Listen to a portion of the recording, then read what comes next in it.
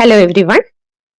Screen time without tantrums, ബഹളമില്ലാതെ ഫോണിനോടുള്ള addiction, അമിതഭ്രമം എങ്ങനെ കുറയ്ക്കാം എന്നുള്ള ഇതിന്റെ സെക്കൻഡ് പാർട്ടാണ് ഈ വീഡിയോ. ഹോപ്പ് എല്ലാവരും ഫസ്റ്റ് പാർട്ട് കണ്ടു, അത് ഫോളോ ചെയ്തു എന്നുള്ളത്.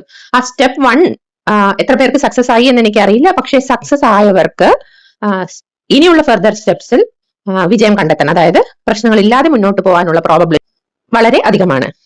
പക്ഷേ സ്റ്റെപ്പ് 1 നിങ്ങളെ കൊണ്ട് സാധിച്ചില്ലെങ്കിലും ഇഫ് യു ആർ ഡിറ്റർമിൻഡ്, നമുക്ക് എന്തായാലും കുറയ്ക്കാമെന്നാണെങ്കിൽ will go ahead with step 2. Step 2 എന്ന് പറയുന്നത് നമ്മൾ സ്ക്രീൻ ടൈം നിർത്താനുള്ള ഉദ്ദേശത്തിലാണ്, പക്ഷേ the step 2 means do not stop screen. അപ്പൊ എന്തായി പറയുന്നത് എന്ന് നിങ്ങൾ കരുതുന്നുണ്ടാകാം. സ്ക്രീൻ ഒരിക്കലും അവരുടെ കയ്യിൽ നിന്ന് സ്റ്റോപ്പ് ചെയ്യരുത്, പക്ഷേ കൺട്രോൾ ചെയ്യാണ് വേണ്ടത്. അതായത് കുട്ടികൾ ആക്ച്വലി നമ്മൾ ഒരു കാര്യം പെട്ടെന്ന് തട്ടിമാറ്റുകയോ ചെയ്യുമ്പോൾ, അവർക്ക് അതിനോടുള്ള വേണ്ട എന്ന് പറയുമ്പോഴോ തട്ടിമാറ്റുകയോ ചെയ്യുമ്പോൾ അവർക്ക് അത് പിന്നെയും പിന്നെയും ചെയ്യണമെന്നുള്ള ആഗ്രഹം കൂടുകയാണ് ചെയ്യുക. That is A normal nature of the kids. അപ്പൊ നമ്മൾ അതിന് എന്താണ് ചെയ്യേണ്ടതെന്ന് വെച്ചാൽ ദേ ആക്ച്വലി ആക്സെപ്റ്റ് ട്രാൻസിഷൻസ് ബെറ്റർ. അതായത് പതുക്കെയുള്ള ഒരു ചേഞ്ച് ആണ് അവർ കൂടുതലും ആക്സെപ്റ്റ് ചെയ്യുന്നത്. അതിനായി നമുക്ക് എന്ത് ചെയ്യാം? ജനറലി നമ്മളിപ്പോ ഓൾറെഡി കുറെ നേരം ഫോൺ കാണുന്ന കുട്ടിയാണെങ്കിൽ കൊടുക്കുമ്പോൾ തന്നെ നിങ്ങൾക്ക് ഇത്ര സമയമേ തരുള്ളൂ എന്ന് പറയാം. പലപ്പോഴും അവർ കേൾക്കില്ല. അത്ര സമയം എന്ന് പറഞ്ഞാൽ കൃത്യമായിട്ട് അത്ര സമയം കഴിയുമ്പോൾ അവർ തിരിച്ചു തരാറില്ല. പക്ഷേ അതിന് ഹെൽപ്പ് ചെയ്യുന്ന ചില ആപ്സ് ഉണ്ട്. അതായത് ഫോണിൽ ചില ആപ്സ് ഇൻസ്റ്റാൾ ചെയ്താൽ which can control the screen time. നമ്മൾ ഇത്ര ടൈം സെറ്റ് ചെയ്യുക, 1/2 hour 15 minutes അങ്ങനെ ടൈം സെറ്റ് ചെയ്ത് കഴിയുമ്പോൾ either the phone will lock or അതിൽ അലാറം റിംഗ് ചെയ്യും. ഓക്കെ, അപ്പൊ ആ ആപ്സ് ആണ് ഞാൻ ഇവിടെ കാണിച്ചിരിക്കുന്നത്. ആ ആപ്സുകൾ അതെങ്ങനെ, അതിൽ one of the thing which I M using, അല്ലെങ്കിൽ കുറെ പേർക്ക് ഈസി ആയിട്ട് യൂസ് ചെയ്യാവുന്ന ഒരു എണ്ണമാണ് ഗൂഗിൾ ഫാമിലി ലിങ്ക് ഓൾസോ.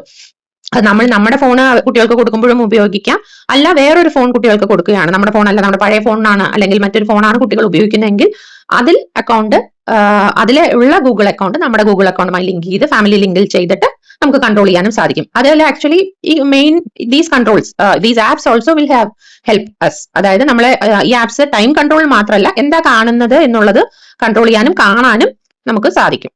അപ്പൊ ജനറലി ഇത് നമുക്ക് കാര്യങ്ങൾ കാണാം എന്നതിനോടൊപ്പം തന്നെ ആ ടൈം കഴിയുമ്പോൾ അത് ലോക്ക് ആവും, അല്ലെങ്കിൽ ആ ടൈം കഴിയുമ്പോൾ അതിലൊരു അലാറം വരും. സോ കുട്ടികൾ okay initially first few days സമ്മതിച്ചൊന്നും വരില്ല, ബട്ട് ഇത്ര നേരം കഴിഞ്ഞാൽ തരണേ എന്ന് പറഞ്ഞു കൊടുക്കുമ്പോൾ സാധാരണയായി ദിവസം ചെല്ലുന്തോറും അവർ സമ്മതിക്കുകയാണ് പതിവ്.